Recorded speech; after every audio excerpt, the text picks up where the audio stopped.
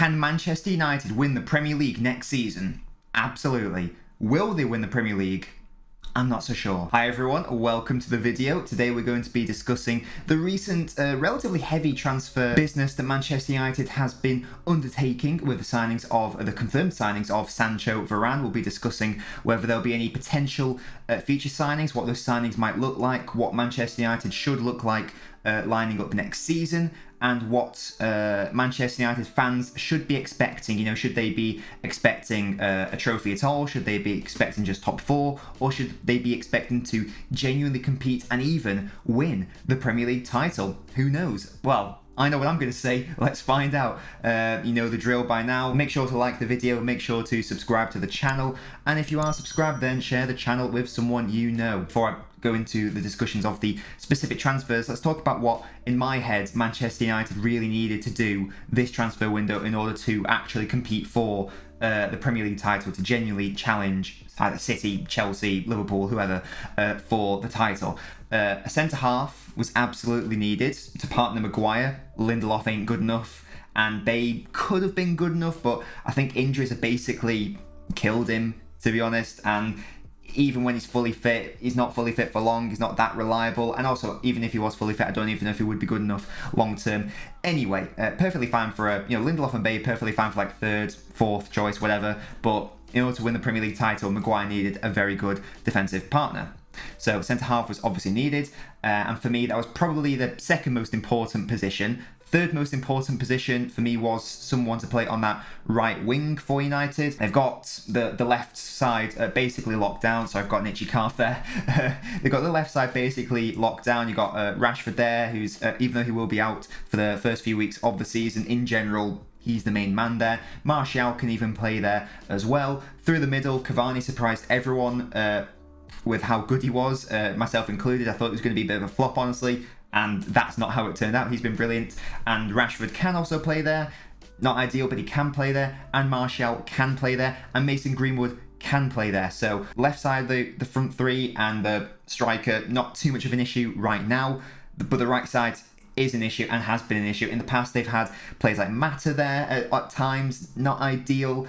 Dan James, yeah, he's not good enough to start in a Manchester United team that wants to win the Premier League title. It sort of works with Greenwood on the right because he is left-footed. You know, he can't, even though he's technically both-footed, I believe, but he's primarily left-footed. He can cut in and be a danger. But I think the long-term thinking for Greenwood is he's going to be a striker. But I think the most important position for United to strengthen, and we'll get into this later on in the video, is defensive midfield. Whether that's someone like a pure destroyer, like a sort of like a box-to-box player, so like a Kante, or if it's someone who's a bit more who can do a bit of both. So so someone who can break up the play, but who will also be able to play the ball forward and contribute to the offensive game a bit more than someone like a Kante. So that would be someone like more in the mold of someone like a Fabinho or a Fernandinho type player. And for me, that is the most important position in modern football. And certainly for United, their options there are McTominay, Fred, Matic, and we'll get on to why they aren't really good enough. United, first of all, dealt with what I thought personally was the least important position, but fair enough. They went out and got Sancho. He's able to play on that right side. Although Dortmund fans will tell you that he's actually better on the left side, so I guess it gives United another option there. But yeah, United signed Sancho for a fee of £73 million. He's a right-footed player. He can play on either wing. Didn't have as good a Euros as you might have hoped him to. Didn't have as much game time as you might have expected. But he has been excellent for Dortmund. It'd be really good for Premier League fans to see him play week in, week out. I know I'm excited to see him play and think he'll have a really good season. So that's a massive upgrade there. Could it be an issue to Greenwood's development? I don't think so. I think that Cavani will maybe have one more season with United, and then Greenwood will be eased into that central area. So I do think the long-term front three will be that English trio of Rashford, Sancho, and Greenwood long term. Sancho is a huge upgrade on that right side. Centre half, they have recently signed Varane. It's not official yet, like they can't officially confirm it yet. I think medicals still have to happen, but he was signed for 42 million pounds or thereabouts, and that is a huge upgrade on either Lindelof or Bay, and now that back four is one of the best defences in the league. Not sure where you'd rank it exactly, but it's certainly up there, and it's a massive upgrade for me. Varane, a lot of people hating on Varane don't really understand it because he's still young, especially for a centre-half. He's a World Cup winner. Did he have the best season? Did he have the best Euros? No, but I do think that he will be able to show his class throughout the whole season. Like I say, partnering Maguire, I think that would be a very dangerous partnership to be formed there, and just really increases United quite exponentially in those two positions. So, with those two signings alone, let's assume for argument's sake that no more transfer business is done, and I'll get onto the team sheets, or what I think the team starting lineup should be in a second. Can Manchester United challenge for the title? Yes, they can. However, can is very hypothetical, and technically any team can challenge for the title. In theory, Brentford couldn't challenge for the title. So the real question is, will Manchester United challenge for the title? And I don't think they will, based on current signings. I think that they'll definitely finish in the top four. They finished second last season, although Chelsea have strengthened, not only in terms of their manager, but in terms of personnel. Liverpool, unless they suffer another huge injury crisis, will be back to the Liverpool you'd expect from a couple of seasons ago, and they've also made some very astute additions. City are City, and even if they don't sign anyone, I still expect City to win the league next season. So as it stands right now, I think United finish in the top four, but I don't think they genuinely challenge for the league. They might even finish second, but I still don't think they would genuinely challenge. For me, I think they need at least one more excellent signing, and as I've alluded to, they need to strengthen that central defensive area.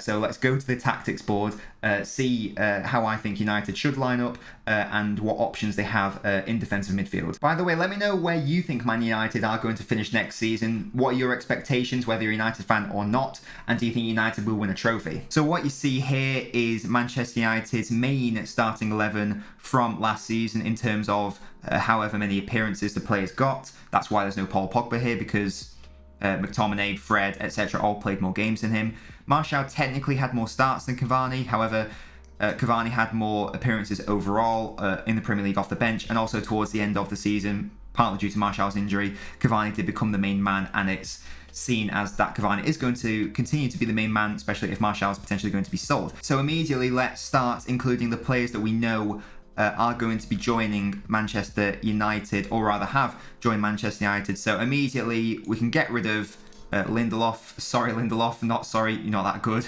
And Varane will slot in there, and I do think that he will occupy that right-hand side, and Maguire will continue to be on the left-hand side because he does like to do these diagonal switches at times for whatever runners are going through there. So I think that makes sense. He likes to link up with Shaw and Rashford on this left-hand side as well. So it does make sense to me.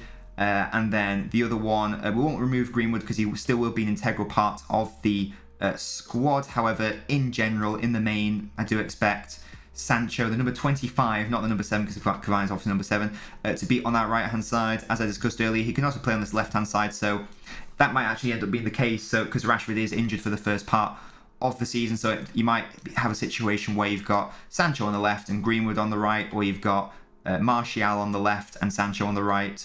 But let's assume everyone's fully fit, and let's just pop those players back here. Now, looking at this starting 11, and goalkeeper, Henderson might play there instead, but De Gea play more often than Henderson, and De Gea is a better goalkeeper, so I'll have him there. This defence, I think, is good.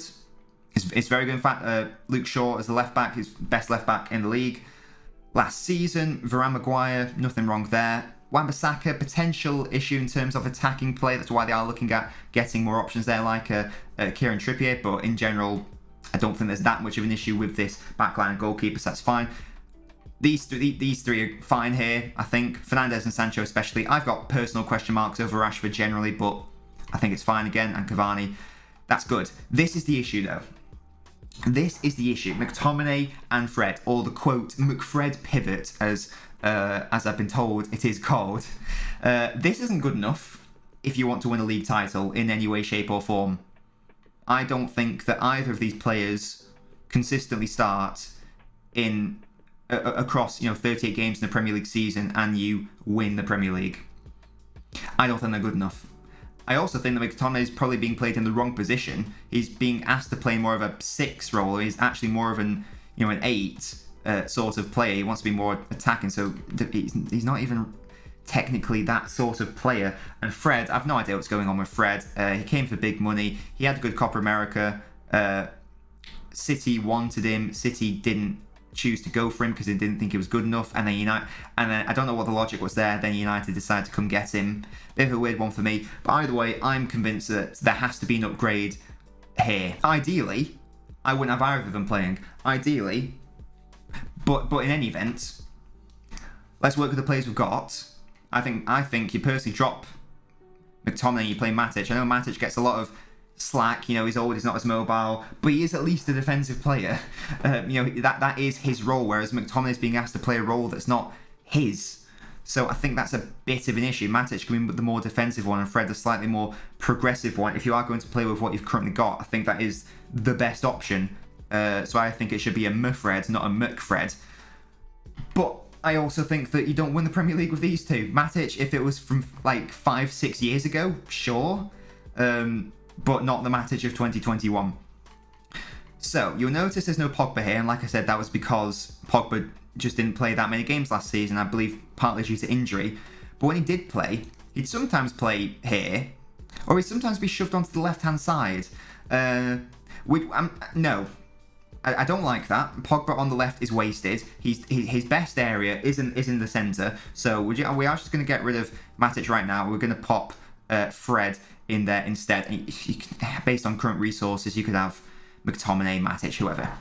So, what's the ideal situation for Manchester United? Now, let's start with the first scenario where Pogba stays, because there are question marks as to whether Pogba stays. But for argument's sake, let's assume he signs a contract extension, or he just stays for one more year, and then he leaves on a free, something like that. I don't think that will happen, but let's have a look. This team does not challenge genuinely for the Premier League, even with Varane, even with Sancho, because this area, which is for me one of the most important areas in football, is too weak. So, how can we improve this? Because Pogba can play in this role, clearly. He has been able to play in a similar role for France, where he's excelled, where he's literally won the World Cup. The player who I think Manchester United need to sign, and I think if they sign this player, I think they win the Premier League. And that player is Ndidi. Leicester's Ndidi. Now, Ndidi's market value is £54 million. He's 24 years old. He's got 3 years left on his contract. Leicester don't need to sell. Leicester won't want to sell because they're challenging for the top 4. Genuinely, if you wanted to get Ndidi from Leicester, I suspect, because when they signed I think Maguire's market value was around 30 million. They ended up spending 80 million. I think you would genuinely have to pay around 100 million to get Ndidi from Leicester. Now, is that a price United are willing to pay? Almost definitely not. But we're playing in a world of hypotheticals here, and I do think that this would be the ideal player. We know he can play in the Premier League. We know he can excel in that role, in that destroyer role, and that's exactly what Pogba needs. He needs someone like an Ndidi to basically do most of the defensive work for him, because even though Pogba can do some of the defensive work, you don't want him to be doing that much of it. You want him to be expressing himself and playing those long balls into these pacey wingers, or a pacey striker if Greenwood's playing there. As we saw at France at the Euros when he was linking up with Mbappe, just those beautiful pings that he's more than capable of doing. You just don't see it that often in a United shirt, and I do think that that's partly due to his midfield partner for United. It's been someone who's not good enough, basically. McTominay, Fred, Matic, whoever it is, they aren't good enough. Ander Herrera, whatever, they aren't good enough in order to fully utilise Paul Pogba's abilities. So, Ndidi for me is the dream scenario, and I do think that if United sign Ndidi, this would be almost like the final piece in the puzzle, and I do think that this team does win, or rather, well, it definitely challenges for the Premier League, I think, apart from maybe, City's squad is, even without signing anyone, is so good, but I do think United would have a genuine chance with those players, because Ndidi is that good. Now, is that, like I say, realistic? No, because he'd have to be paying like around £100 million. are United going to be wanting to spend like that much on, and even call it £80 million? They've already splashed out around 73 million for Sancho, 40 odd for Varane. In a pandemic, are they going to want to do that? No. Now maybe we'll get into the situation where Pogba doesn't play. Maybe you could subsidise that with a Pogba sale, but we're talking about Pogba staying first of all. The next best option for me, again, is it realistic? No. Sorry, I've just spoiled it then. But going back to the Ndidi one, I don't understand why this isn't talked about. I don't understand. Yes, it's unrealistic. I understand that. But I don't understand why it's not talked about, because it would be perfect. He's 24 years old. Fernandinho has shown that you can play that role at 35, 36. You'd have a player for like 10 years. Yes, it's a big upfront cost. And would Leicester want to sell? No. And maybe this is me being harsh on Leicester, because they could have been a top 4 club last couple of seasons, but I just don't understand. It would be perfect, I think. Unless I'm missing something, I think it's perfect. Anyway, Ndidi. Maybe even a more unrealistic one, but one that I still think would work extremely well, is N'Golo Kante. Yes, he plays for Chelsea, a rival. His market value is £50 million, there or thereabouts. He's got 2 years on his contract. He's 30 years old. Even though he's 30, and even though he's only got 2 years on his contract, the fact he plays for Chelsea and the fact he's one of their most important players, they aren't going to want to get rid of him. Obviously, we know that. But I'm working in a scenario where United are being genuinely ambitious and they genuinely want to compete. And if they put in a bid for... You don't know until you try, do you? If you put in a bid for 80 million for Kante, or a bid for 100 million for Kante, you don't know what could happen. And this is literally the midfield duo that won the World Cup in 2018. Pogba knows how to play with Kante. We saw the best of Pogba playing alongside Kante in that role in 2018, a little bit at Euro 2020 as well, although France obviously went out, but you still saw a better Pogba because of the player he was playing along. Kante does basically all the defensive work. He's basically 2 players, Kante. That's how efficient he is in that role, and that gives Pogba so much freedom. And yes, I know it's unrealistic, but once again, it's something that's not really talked about, and I think United really should have pulled the trigger on that a couple years ago. They should have properly gone in for Kante when Chelsea were relatively struggling. But there you go. So is that going to happen? No. So maybe we should talk about... So even though I think those two are the best options stylistically, they're not as realistic. So let's talk about more realistic options, shall we? And the first one that I want to talk about, which I think probably could and should be United's number 1 target, is Camavinga.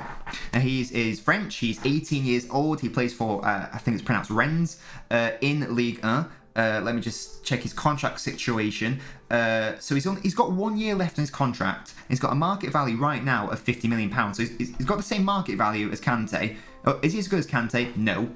But he's 18 and he's showing immense potential in this role. 1 year left on his contract as well. If you don't know about the current Liga broadcasting situation, they're basically in a situation whereby they're going to have a lot of those players, a lot of those clubs are going to have to sell a lot of their best players because there's not enough broadcasting money coming in, because there's this whole legal dispute with the whole broadcasting thing. I won't get into it right now, you can do your own research on that, but basically, long and short, French clubs are not in a good situation and they need money, and Camavinga would be a great sale for Rennes because of the amount of money you could get. Again, his market value is 50 million, so if you want to buy him right now, you might be talking more like 60, 70 million, whatever, although he does only have 1 year left on his contract, so if he ran that down, technically it's a free transfer next season, so maybe that's something to look forward to for the future. But he's French, Pogba's French. Is that a bit of a simplistic connection? You know, this isn't FIFA, but you know what I mean, there'll at least be some sort of easy, you know, communication thing there.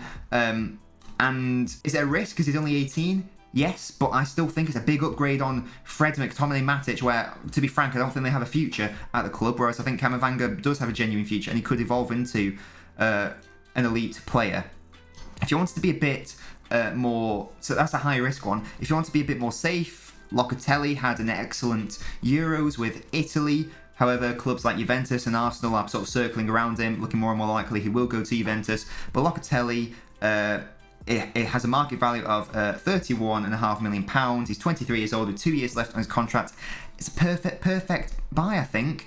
Maybe you're talking £50 million to potentially lock a player of his quality for 10 years. I think that's a good investment, and it's such a good upgrade. I do think that United have a really good chance to win the title with him in the side rather than McTominay, Fred or Matic. And then a final name who I don't really see talked about too much, and maybe that's because he plays in the Russian league for Zenit, is I don't even know how you pronounce his name. Miguel Barrios, I think, or certainly Barrios anyway, or something like that. He's Colombian. He's how old is he? I've got it written down here. He is 27 years old. He's got 2 years left on his contract, and he's got a market value of around £16 million. So if we're talking about finances being a potential issue for Manchester United, this is the perfect, quote, budget purchase. If his market value is £16 million, then maximum he's thinking, what, 30 million to spend, especially because he's 27, he's only got 2 years left on his contract. It's also not like he's coming from a club like Leicester or Chelsea. He's coming from Zenit. So, and like I say, there's not too much buzz around Barrios compared to Camavinga or Locatelli. Or Ndidi or Rice. I haven't even included Rice here because I just don't think Rice would be suitable. Even that, I think, that now, do United challenge with Barrios in it compared to an Ndidi or a Kante? Probably not as much, but I tell you what, it's still a massive upgrade. And at 27, he's still got a lot of years left. So if United can sign someone, a player in this mould, like I say, it doesn't even have to be any of these players I've listed, but it needs to be someone like Ndidi, Kante, Rice, Goretzka, Fabinho, Fernandinho, someone like that, then that would be the final piece in the jigsaw, and that would really elevate Manchester United to the next level. And I think that would take them from, because I think they're going to finish fourth with the current players. I'll be doing a full Premier League predictions video in the future, but right now I think they finish fourth place. I think City finish ahead of them. I think Chelsea with their signings finish ahead of them, and I think Liverpool with their signings and their players coming from injury finish ahead of them. With an extra elite player, that final bit in defensive midfield, that elevates them, I think, from probably finishing fourth place to finishing higher or genuinely competing for the league, and that's really what United wants to do. Now, regardless of whether they do that, this team has to win a cup. Sorry, has to win a trophy this season. Ole Gunnar Solskjaer signed a new 3-year extension, so that takes him to at least 2024. I think this season, next season, Manchester United have to win something. Do they have to win the Premier League? No. Do they have to win the Champions League? No. But with these additions, with this squad has to at least win an FA Cup or a League Cup. It has to do something. Or a Europa League. Let's say they finish third in the Champions League and they drop down, whatever.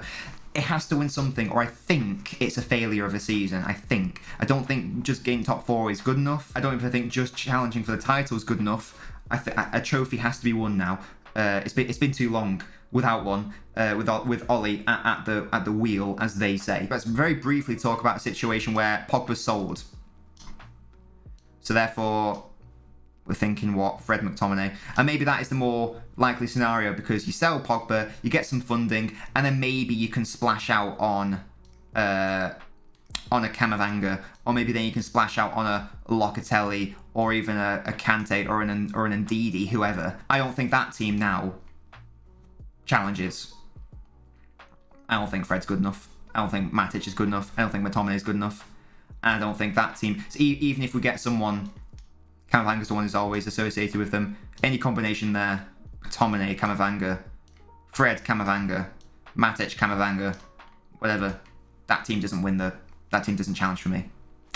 So that's my thoughts on it. That's my thoughts on the Manchester United signings. I think Sancho and Varane are excellent signings. However, if Manchester United are to genuinely compete, I think there has to be at least one more key signing. It has to be someone in that defensive midfield role, whether that's as an out-and-out destroyer, or whether that's someone who's part destroyer, part creator, someone to partner Paul Pogba, someone to replace Paul Pogba. And if you sell Paul Pogba, maybe you can get two. Maybe you can get someone like a Barrios and a Locatelli, or a Barrios and a Camavinga, someone like that. Either way, for me, Manchester United can compete, but with the current squad, they won't genuinely compete. They should win a trophy. Whether they will do, I'm not sure. There are many strong teams in the league, and we will find out what happens. If you enjoyed this video, do feel free to leave a like, subscribe, share the channel with someone you know. If you have already subscribed, and as I said before, let me know where you think Man United will finish in the league. Will they genuinely compete? Should they genuinely compete? Are you happy with these signings? Are you scared of these signings? If you say a City, Liverpool, Chelsea fan, whatever, do you genuinely think United will compete, or are you like me? Do you think they're probably one or maybe even two signings away from properly competing? But until then, Eat, Geek, Delete. Hope you're enjoying the videos on this channel, and I will see you next time.